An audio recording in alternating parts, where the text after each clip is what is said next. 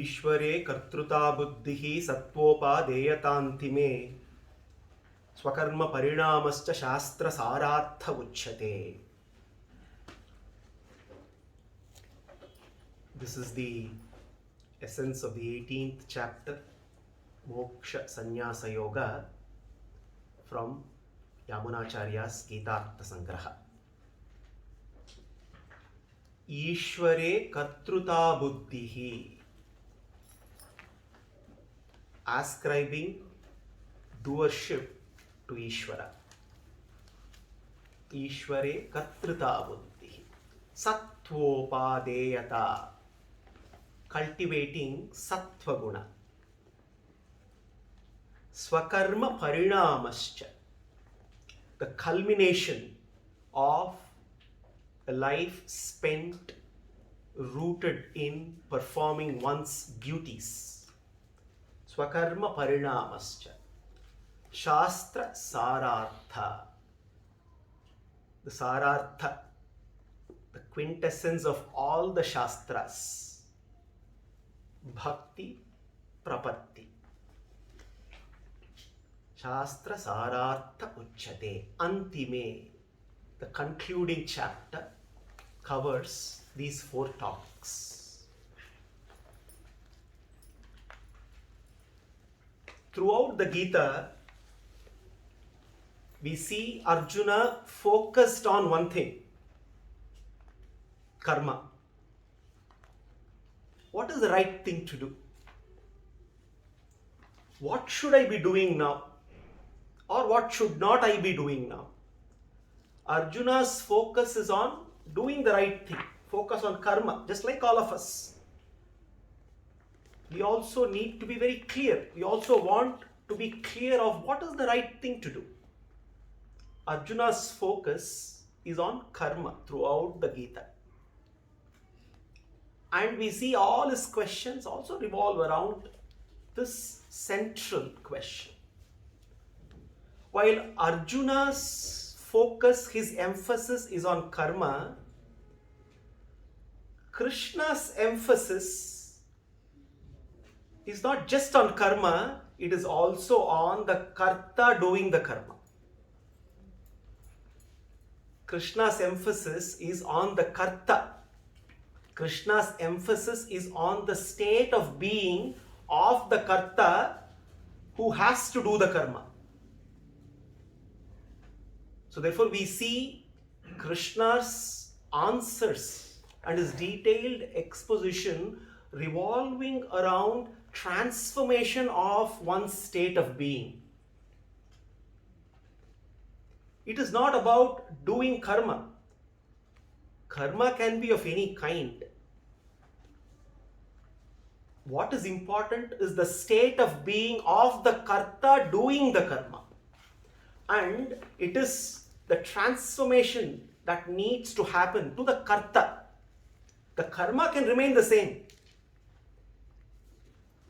It is the transformation. Krishna's exposition is around bringing about that transformation in Arjuna and in all of us. When our being is addressed, our doing is automatically addressed. When there is a transformation in the state of our being, one will end up doing right actions. Therefore, Krishna's emphasis is to enable Arjuna transform his karma into dharma. It is very important to realize the unique endowments of the Jivatma, our unique endowments. The Atma is endowed with 3 important characteristics: Jnatritva, Kartritva, Bhoktritva. 3 very important characteristics, very unique to a Jivatma embodied in a human body. Jnatritva. Jnatritva of a Jivatma. Jiva, the Atman, the essential nature, the Swarupa is Jnana. Jivatma is Jnana Swarupa. Jnana Swarupa means essential nature is Jnana, knowledge. The Atman by nature is conscious. It's not inert, it is sentient. But it is not only Jnana Swarupa, it is also Jnana Gunaka. The essential nature is knowledge. The Atman also possesses knowledge as an attribute, which is called Dharma Bhuta Jnana. It is this Jnana that reveals everything. This is the instrument with which the Atman gets to learn, to know the world around. And it is this Jnana that can expand and contract depending on one's karma. Jnatritva is one of the important characteristics. Kartritva. Because of Jnatritva, the Atman also has Kartritva, doership. Now, many times there is a confusion. Is the Atma a Karta or an Akarta? Prescription of non-doership does not negate Jivatma's doership. We need to understand this. We'll get to know more about this. Kartritva. If the Jivatma does not have Kartritva, doership, then the prescription of Shastras, prescription of sadhanas is of no meaning. Kartritva is doership. The Jivatma has the characteristic of executing actions. Of course, it needs the instrument called the body to execute certain physical actions and mental actions. Kartritva, Jnatritva, and because of Jnatritva and Kartritva, it also has the third characteristic of Bhoktritva. Bhoktritva is the characteristic of experiencing. The Jivatma is the experiencer. If I perform actions, I have to experience the consequence of those actions. So the Jivatma has three important characteristics: Jnatritva, Kartritva, Bhoktritva. Now, we see throughout the Gita, Krishna trying to enable Arjuna transform his karma to dharma. And what is that magic potion? What is that magic ingredient which, when added to karma, can transform it to dharma? Tyaga. When tyaga is added to karma, then that karma becomes dharma. So tyaga implies that one leverages the three unique endowments of Jnatritva, Kartritva and Bhoktritva actively. One leverages these three unique endowments, three characteristics, not for the sake of individual gratification, but for the sake of utilization in Seshavritti, utilization in carrying out service to Bhagavan. So therefore, the three unique characteristics are to be used not for the sake of my own gratification, individual gratification, but for utilization, and utilization for only one purpose: to serve him, to serve Bhagavan alone. Tyaga implies freedom from the prison of the past and freedom from the fears of the future. All of us live at the fleeting junction of the past and the future. We all live at the fleeting junction. I call it fleeting junction because the present is there one moment, it is gone the next moment. We all live at that fleeting moment, fleeting junction between the past and the future. And whether we realize it or not, our life unfolds in the present. But we don't realize that we completely ignore. We completely ignore the present and only realize it when it is gone. We squander the present pondering over the past and building expectations about the future. I'm at home, but I'm thinking about my office work piling up. And then I go to the office, I'm dreaming of a vacation with my family. Always either analyzing the past and staying with the past or dreaming about the future. Never in the present. Time for us is what is already gone. When we talk about time, normally for us, time what is already gone, most often unconsciously, or it is about what is to come in the future. The reality is time is just a mental construct. What we call time is just a mental construct. The Atman is beyond time. Time is a mental construct for the mind-made ego.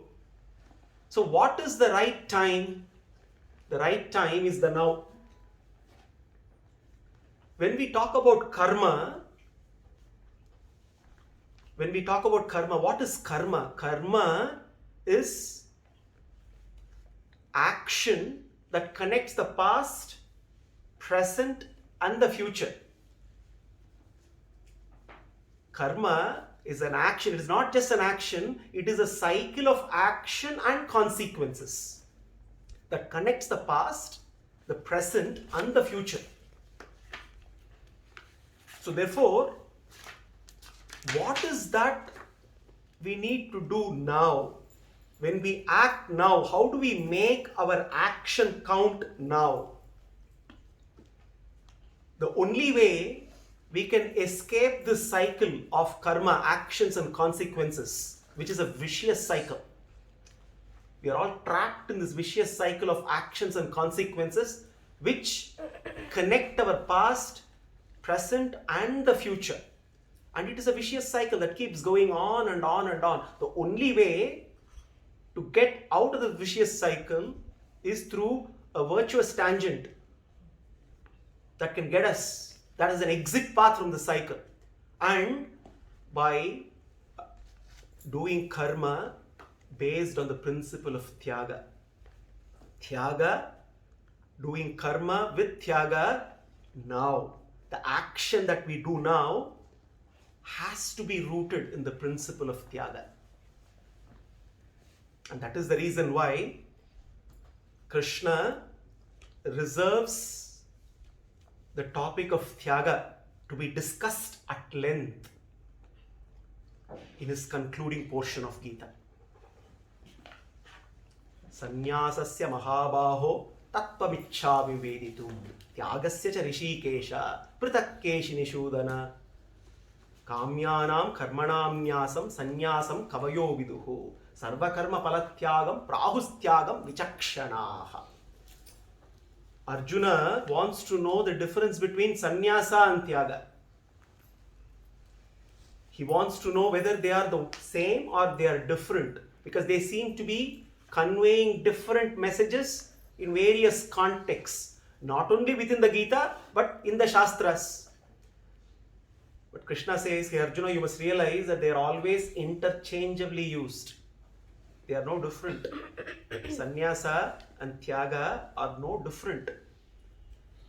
That's why he says, Krishna first talks about the Purva Paksha on this topic. Purva Paksha, he gives various opinions of several thinkers. But what is important here is Krishna is very respectful when he refers to these thinkers and their opinions. He just doesn't brush them away. He's very respectful. Kamyanam karmanam nyasam sanyasam kavayo viduhu, he says. Some thinkers, some kavis, some great mahatmas, some great sages, they refer to sannyasa as kamyanam karmanam nyasam. Kamya karma, which is moksha virodhi, to be completely abandoned. Renunciation of all kamya karma. Kamyanam karmanam nyasam. Whereas there are others, Krishna says, who say, Sarva karma phalathyagam prahustyagam vichakshanaha. Vichakshanaha. Those intelligent people, they say, Sarva karma phalathyagam. They say, all kinds of karma have to be performed. Nitya karma, naimittika karma, kamya karma also have to be performed, but by abandoning the results, the fruits of those actions. Sarva karma phalathyagam. That is what is Tyaga all about. Abandoning the fruits of all kinds of actions. Then Krishna refers to another definition. Tyajyam doshavadityeke karma prahur manishinaha yajnadana tapah karma natyajyam iti chapare. This is the third shloka of the 18th chapter. Here again he is referring to two other definitions before he can give his view, his siddhanta. First three shlokas, Arjuna's question and the Purva Paksha. Fourth is Krishna's siddhanta, his conclusive opinion, his declaration. Tyajyam doshavadityeke karma prahur manishinaha. Tyajyam doshavadityeke karma prahur manishinaha. Again he is referring to manishinaha. Mananashilaha manishihi. Those who are thinkers. Again with very respectful reference here. Some great thinkers define Tyaga, define sannyasa as follows. Tyajyam doshavadityeke karma prahuhu. Karma by definition, by design is defective. Tyajyam doshavadityeke. Therefore, all kinds of karma have to be abandoned. This is a very interesting definition here. Tyaga, sannyasa. Many times we also associate abandoning all works with sannyasas. When we say a sannyasi, when we visualize a sannyasi is one who has completely withdrawn from the world, has given up all kinds of activity. Tyajyam doshavadityeke. Why? Karma by design is defective. Doshavad. Which is true. Karma by definition, by design is doshavad. Every action that is performed has a consequence. So there are two ways to understand why it is doshavad, why it is defective. Every action has to have a consequence. If I have to avoid consequence, then I have to avoid action, logically speaking. Now, I do not want to experience pleasures and pains. I don't want, because I know both pleasures and pains are fleeting. So, how do I avoid any kind of experiences? By avoiding actions altogether. And if I keep continuing to perform actions, these actions are going to end in results. So I'm going to accumulate karma. Karma is going to lead to karma phala. Karma is going to lead to karma vasana. So there is no way I can get out of samsara. Doshavat. So the only way is, How do I avoid accumulating karma phala? How do I avoid accumulating karma vasana? I will drop all karma. Tyajyam doshavadityeke karma prahu manishinaha. Also, karma, every action that I do results in an experience. I have to experience the consequence. This experience, this karma is doshavad. It has 5 kinds of doshas. Arjana dosha, Rakshana dosha, Kshaya dosha, Bhoga dosha, Himsa dosha. Every experience of mine is subject to these 5 kinds of defects. Arjana dosha. Arjana dosha. I always perform actions in order to get something, have something, accumulate something. Because I believe in the lie that my happiness is all about accumulation. So therefore, for the sake of happiness, I keep doing actions to accumulate, and in the process of accumulating more and more and more, I keep postponing my happiness. Karma, therefore, is doshavad, because there is arjana dosha. That so-called happiness, happy experience is always postponed to tomorrow. Tomorrow, I will relax and enjoy. Tomorrow, I will be happy. Today, I will be madly chasing, accumulating, counting, analyzing. Therefore, karma by design is subject to arjana dosha. Now, accumulation is one part of the game, but it doesn't end with accumulation. After I accumulate, I have to secure what I have accumulated. The security of my possessions become a bigger problem. Rakshana dosha. So therefore, I am always constantly in fear. In fear of losing what I have already accumulated. Even if someone has only 1 rupee in his pocket, there is a fear of losing the 1 rupee. If somebody has 1 billion in his pocket, there is a fear of losing the 1 billion. But there is that fear of Rakshana. Arjana dosha leads to Rakshana dosha. The third dosha of karma is Kshaya dosha. Because every action that I do, in order to get a result, that result is subject to the law of diminishing returns. Kshaya. It will never remain the same. What gave me happiness is going to give me sorrow for sure. That is the law of life. What gave me happiness yesterday is bound to give me sorrow today. So therefore, Arjana dosha, Rakshana dosha, also there is Kshaya dosha. The fourth dosha in karma is Bhoga dosha. Every karma that we do is driven by a desire. The whole reason why we do any action is to fulfill a desire. Now, what is disastrous about fulfillment of a desire is the more we fulfill it, the bigger the size of the desire. We can never extinguish a desire thinking that we can, once we fulfill it, it will never get extinguished. It will only grow and grow and grow, bigger and bigger and bigger. Mahashanat Mahapapma, Krishna says. It's like adding ghee to the fire. Bhoga dosha. Arjana dosha, Rakshana dosha, Kshaya dosha, Bhoga dosha, Himsa dosha. Every action that we do, when it is for the sake of fulfillment of my desire, for my gratification, it is all about taking, it is all about having. By default, I hurt, I do harm to the world around in one way or the other.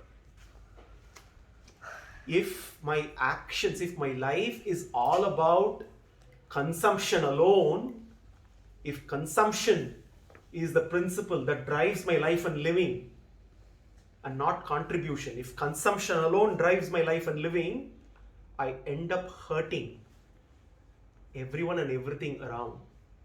So therefore, Tyajyam doshavadityeke karma prahur manishinaha. So therefore, some wise men, Krishna says, by the way, Krishna still, these are Purva Paksha only. Krishna is not accepting this proposition here. But there is still some merit. Since karma is doshavad, why should I do karma? Why should I do actions? It's better off, I'm better off withdrawing, not doing anything, giving up, not doing actions. But Krishna has already explained before. Nakarmana manarambham naishkarmyam purushoshnute nacha sanyasanadeva siddhim samadhigacchati. While we may think that we can give up actions and reach a state of naishkarmya. Naishkarmyam is a beautiful word. Naishkarmyam is a state where there are no karmic reactions. Because every karma, every action has a reaction. Now, naishkarmyam is a so-called actionless state. I am by design introducing the adjective so-called. So-called actionless state where there are no karmic reactions. Is an exalted state, no doubt. But Krishna says, Nakarmana manarambham naishkarmyam purushoshnute. That state of a state where there are no karmic reactions cannot be achieved by not performing karma, he says. Mathematically, it looks like no karma means akarma. When I remove karma, there has to be no karma, akarma. Krishna says, no, that is not akarma. Not performing actions does not guarantee that there are no karmic reactions. Nakarmana manarambha naishkarmyam purushoshnute nacha sanyasanadeva siddhim samadhigacchati. Nacha sanyasanadeva. Just because you renounce actions, siddhim samadhigacchati. Success, siddhi, is not assured. Is not assured. Renouncing actions is not an option. By renouncing actions, we may think looking at a sannyasi who has renounced the world, we may think that that's the way. But Krishna is very clear. That definitely is not the way. That definitely is not the way. Because why? Krishna very clearly says, there are two perspectives of when we, in our conception of a successful life and living, there are two conflicting perspectives. Two perspectives that seem to be opposing each other. One is a way of life and living which is based on incessant activity, pursuit of goals, fulfillment of desires, acting all the time, setting goals, executing actions, meeting goals, fulfilling desires. On the other hand, there is another way of life and living which is ascetic in nature, withdrawing from the world, not doing any actions, extinguishing all desires. While action and activity and meeting goals is the summum bonum of the man of action, for the man of peace, it is conquering one's desires, completely eradicating one's desires. That is the only way, only means for peace.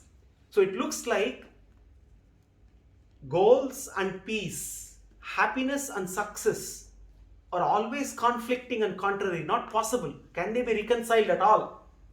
Krishna, of course, says yes, it is possible. That is why he prescribes karma yoga. Krishna says, Nahi kaschit kshanamapi jatum tishtatya karma krita.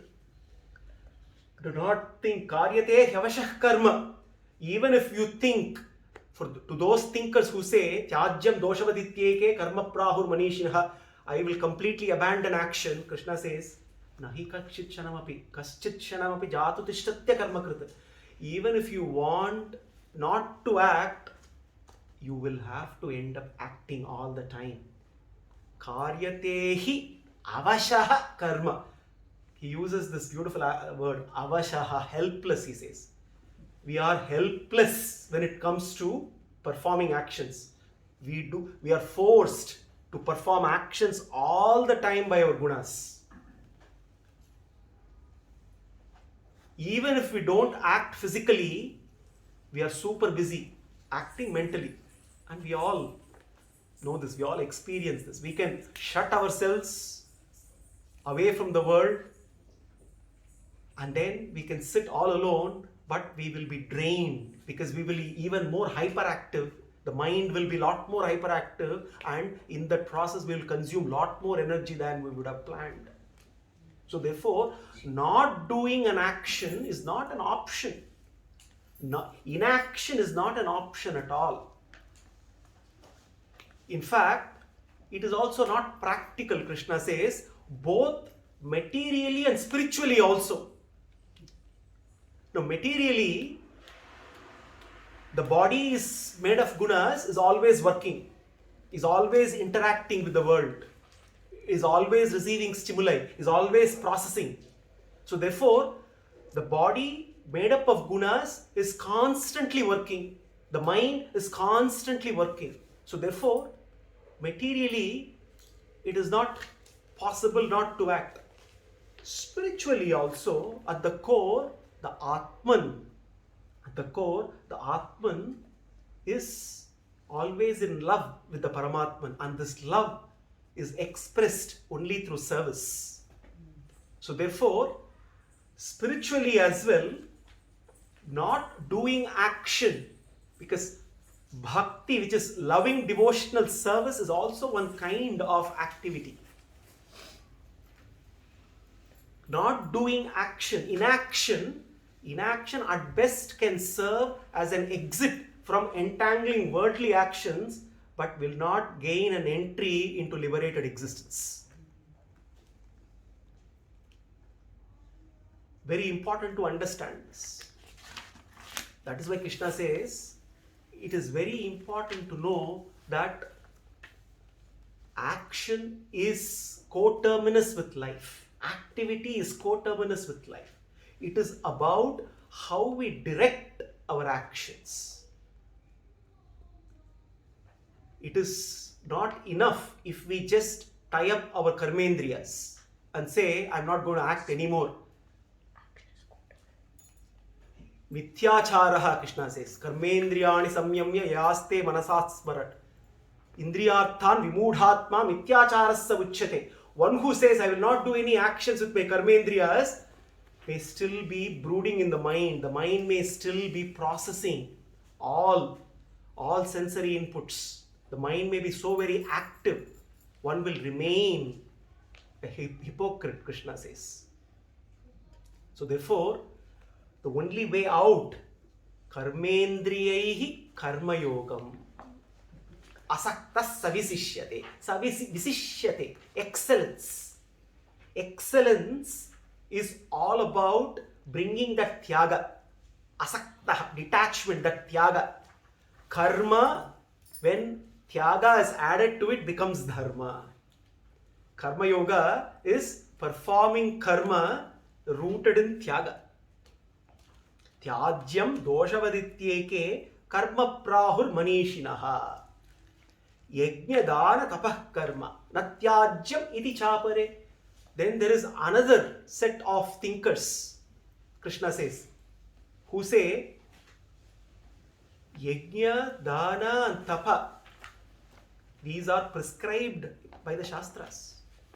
So how can we abandon those that is prescribed by our Shastras?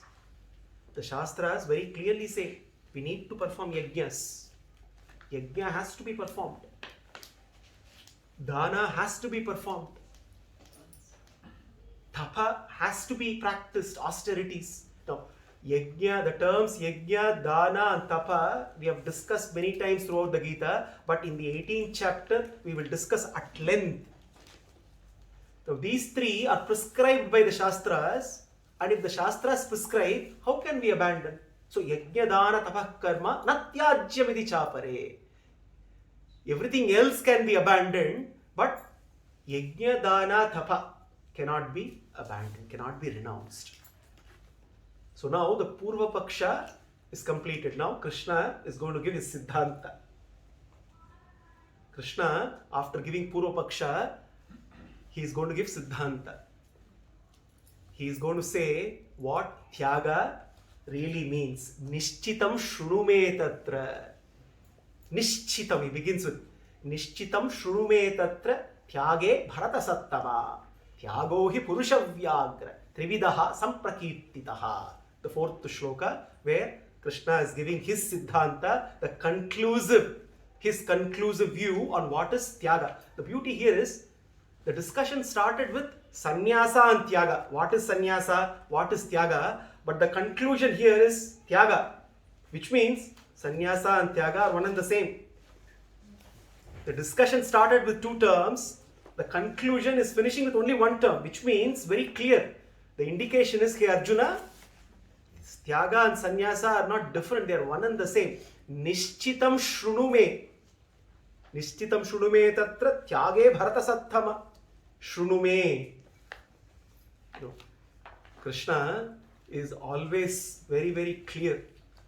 Now and then he keeps asking. He keeps telling Arjuna, hey Arjuna, shrunume.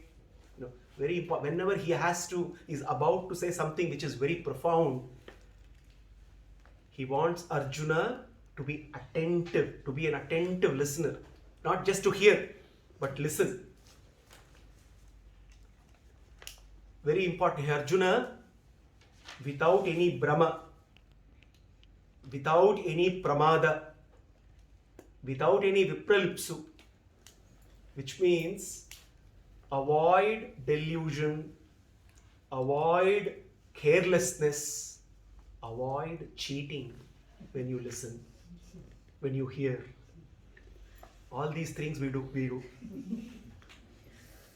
We are here. Most of the time we are only hearing, not even listening. Hearing is a very passive activity. We use the ears to listen, to hear. But only when we apply the mind, then listening starts. But there is a danger of Brahma,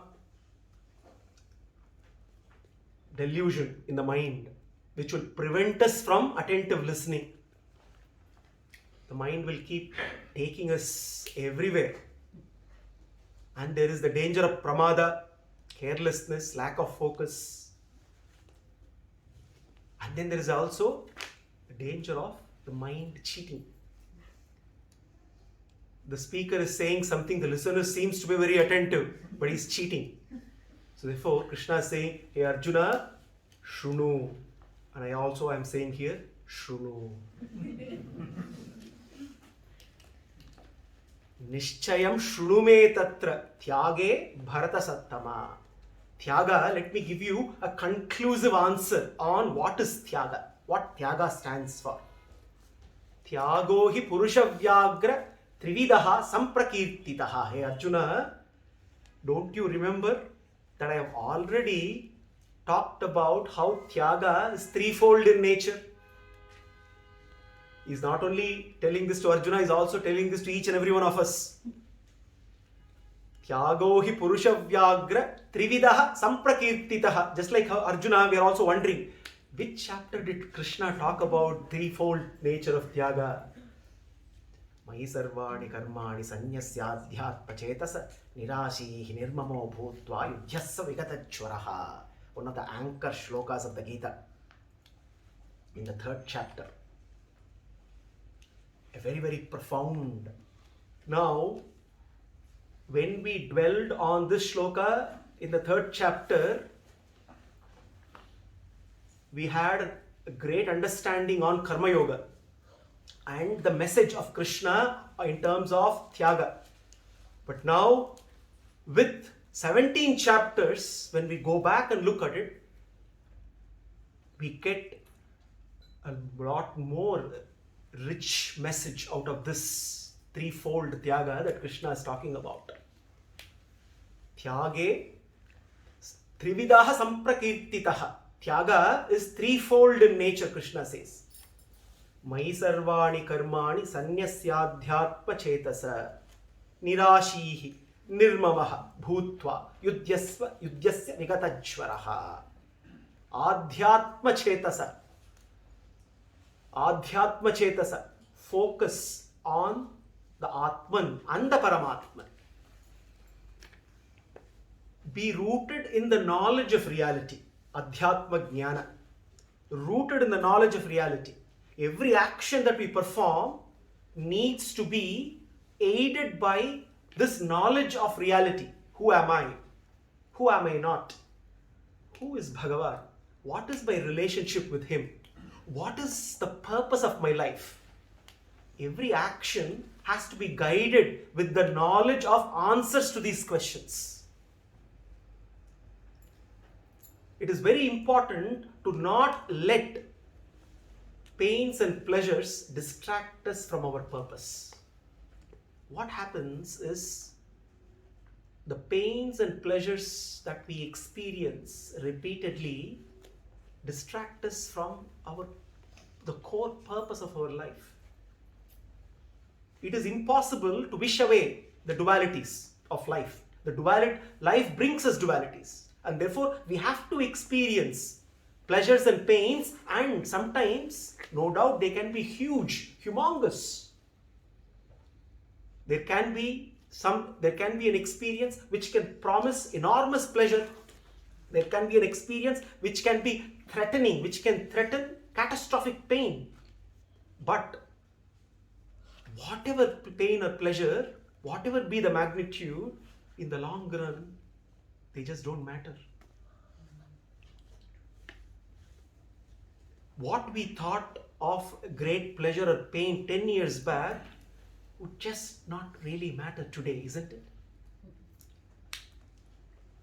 Pains and pleasures in life distract us completely from focusing on the purpose of life. In the process of experiencing them, we cannot do right actions. So Krishna, therefore, the fundamental prerequisite for action, for a karma rooted in Tyaga, is Adhyatma Jnana. Adhyatma Chetasa, he says. Every action, the goal is inner growth, not outer reward.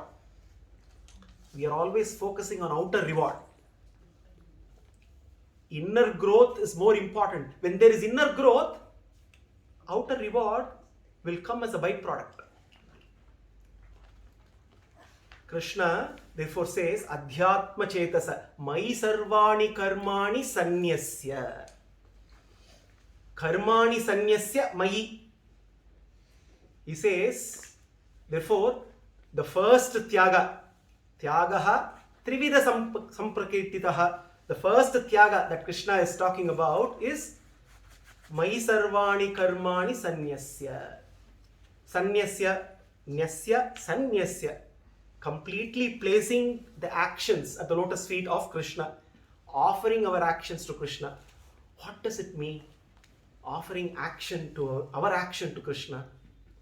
This is what is Kartrutva Tyaga. Now, in Kartrutva Tyaga, there are two stages. Two stages that we need to progress in order to implement Kartrutva Tyaga. The first stage is ascribing doership to the gunas of Prakriti. To realize that all the actions, when we analyze and when we look at the actors involved in every action, the actors are my sense organs, my body, my mind, my intellect, and all the objects around. Now, all these actions, all these actors are all products of gunas. So therefore, Guna Guneshu Varthanta. So therefore, I ascribe all my actions, my doership to the gunas. I ascribe my doership to the gunas, knowing that I am not the only doer. Now, this is a famous analogy that we are all aware of. Water by nature is cool. And when we heat it, when we put it on fire, it gets heated up. Now, coolness is the inherent quality of water. Heat is the acquired quality. We need to know the distinction, the difference between inherent quality and acquired quality. Atman's inherent quality is Seshatva, serving Bhagavan only. Everything else is an acquired quality. Acquired because of the association with the body. Because of the association, because of the interplay of the gunas. So therefore, ascribing doership to the gunas is the first stage. Now, the second, ascribing doership to the gunas. Now, in that process, we also realize then that how do we now ascribe our actions to gunas? We need to exercise our will here. So, what is happening to our free will? Our free will most often is not free, because our free will are captured or imprisoned by our own vasanas. Therefore, our vasanas run the show. What happens? The Atman is captured in this body, and this body comes with some predefined settings. Just like how a phone or a computer comes with the predefined settings, and if we don't change, it will operate based on the predefined settings. This body comes with its own predefined settings based on our own vasanas, which are products of gunas. And therefore, when we say all the actions are ascribed to the gunas, it is because if we don't exercise our free will, all the actions are automatically happening. Everything is programmed. Guna guneshu vartante, completely programmed. We are just going with the flow of letting Prakriti take over, just like what happens with the animals. Now, free will can only be exercised when there is Atmajnana. Atmajnana is like the fire that will start burning our vasanas. That will decondition our will. It's like if the will is kind of covered by layers of vasanas, this fire of jnana will decondition this will. We can start exercising our free will. And when we start exercising our free will, and when we start cultivating sattva guna, we start with our free will, we get to start knowing Bhagavan's will. And we also get to know that our free will is given only for one purpose: to align with His will, to surrender to His will. And therefore, we move to the second stage of Kartrutva Tyaga. Knowing that both this body and this Atman are His properties. They belong to Him. And my will is just a fragment of His power that is given to me to align with Him. And therefore, now I know that the right way of doing actions is rooted in the principle of Kartrutva Tyaga, ascribing doership to Krishna. Not just to, why should I now ascribe doership to only Prakriti? Prakriti also belongs to Him. I also belong to Him. Therefore, Kartrutva Tyaga is Ishvare Kartruta Buddhihi. Ultimately, the actor, the supreme actor is Krishna. That is Kartrutva Tyaga. Mayi sarvani karmani sanyasya adhyatma cheta nirasihi. Nirasihi is phalatyaga. This is the second tyaga. Phalatyaga. This is nirasihi, eradicating expectations of rewards. Eradicating expectations of all rewards. Accepting situations as they come. Accepting results as they are. 99% of our energy is spent always resisting events as they unfold. 99% of the time we are resisting events as they unfold because of our non-acceptance of situations, people, and events. We always want to control things, knowing that things are beyond our control. We always want everything to be my way, my design, my time frame. Nirasihi, Palatyaga is about making this shift from my way to Krishna's way, my design to Krishna's design, my time frame to Krishna's time frame. Many times we question, does Krishna really help? Is he helping me at all? Whether we acknowledge it or not, he is helping us all the time. It is only that his help may not match with our expectation, but he is helping us all the time. His help will not match with our expectation because we see differently, he sees differently. We see the present and plan for the future. He sees the future and plans for our present. This is the difference. It's like a patient goes to a doctor and says, "Doctor, I have this severe pain. Can you treat me?" No, the doctor is not going to treat the symptom. He's going to find out the root cause, the disease, and then treat. And then when he starts giving the injections, the patient may complain. Instead of mitigating my pain, you're increasing my pain. Actually, the doctor is not treating his symptoms. The doctor is treating the disease behind the symptoms. Same dynamic applies to us as well. We may be complaining, "Hey Krishna, you're not solving my problem." He may not be solving our current problem, but he is solving the problem called samsara for us. Nirashihi phalatyaga. Kartrutvatyaga phalatyaga. Nirmamo bhutva nirmamaha. That is the third tyaga. Mamata tyaga. Mamata tyaga. When we do actions, we always do actions that this is my action, that mineness. Mamata is mineness. Why we consider every action as my action? When I act, I consider me as the cause of the result of that action. It is because of me, my action, that a particular result occurred. Mamata tyaga is about removing, eradicating that mineness in the action. Because it is, I may be one amongst several causes for any result. I may be just one amongst several causes. Mamata tyaga is acknowledging that my success is not my success. Because we are in an interdependent world. Mineness also is slavery to our possessions. Because the moment we have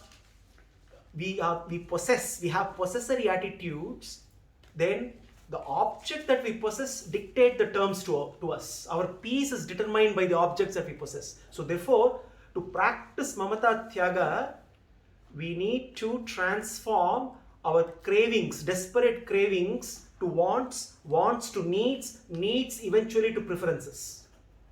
And then, when they are only preferences, then I can exercise my will whether to choose or not to choose. When it is a desperate craving, I am choiceless. When it is a want, even then I am choiceless. When it is a need, I can exercise my choice. But when it is only a preference, I have complete control on whether to choose or not to choose. Mamata tyaga. Mahi sarvani karmani sanyasyadhyatma chetasa. Nirashihi nirmamo bhutva yudhyasya vigatajvaraha. Krishna says. Hey Arjuna, fight. That fight also is applicable to us. Fight is not only fighting the war on the battlefield, fighting the war of life. Vigatajvaraha. Without any anxiety, without any worries. Vigatajvaraha, feverishness of worries and anxiety. Anxiety is killing. The worry virus is killing. Vigatajvaraha. It is very important to know what is the root cause of the anxiety, of our worries. What is the root cause? Some modern day masters may give affirmations. Say all is well, all is well, all is well. Don't worry, be happy.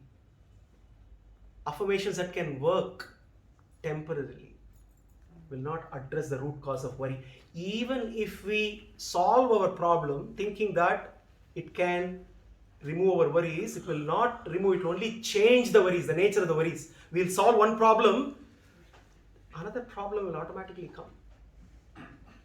We cannot address the root cause of what is the root cause of worries. The root cause of worries is our disproportionate misidentification with material reality. That is the root cause. Unless we address that misidentification, and which is also disproportionate, we completely identify ourselves only with material reality without being completely unaware of our spiritual reality. That is the root cause of all the worries. And when we identify that, Vigatajvaraha, when can we overcome those three, the force of feverishness caused by all the worries? Vigatajvaraha. Only when we identify this misidentification. And when we address this misidentification with material reality, we'll be surprised that this misidentification, this addressing our misidentification with material reality, in a way can also help us perform well in the world and perform well and also gain material rewards as byproducts. Therefore, Krishna says here, Arjuna, Tyaga is threefold in nature. Tyago hi purushavyagra trividaha samprakirtitaha. You have to know that this is threefold in nature. Kartrutva, mamata, phala. Three kinds of tyaga. And when your action is rooted in this principle of tyaga, which is threefold in nature, your karma transforms into your dharma. Krishna will also say, also, let us understand when other people talk about yajna, dana and tapa, which are prescribed by the Shastras that need to be performed, let me also clearly define them for you. Yes, it is important not to abandon them, but it is also important to know the nature of yajna, nature of dana, nature of tapas. And with the knowledge of the three gunas, one can analyze the nature of yajna as threefold. One can analyze the nature of tapas as threefold. One can analyze the nature of dana as threefold. And in that process, one can also start cultivating sattva guna when one performs yajna, dana and tapas. This Krishna will deal at length in the coming shlokas. Until then, let us contemplate on this principle of tyaga, which is threefold in nature. And the simple rule that karma, when is performed rooted in tyaga, will lead to dharma. Sarvam Sri Krishna Arpanamastu.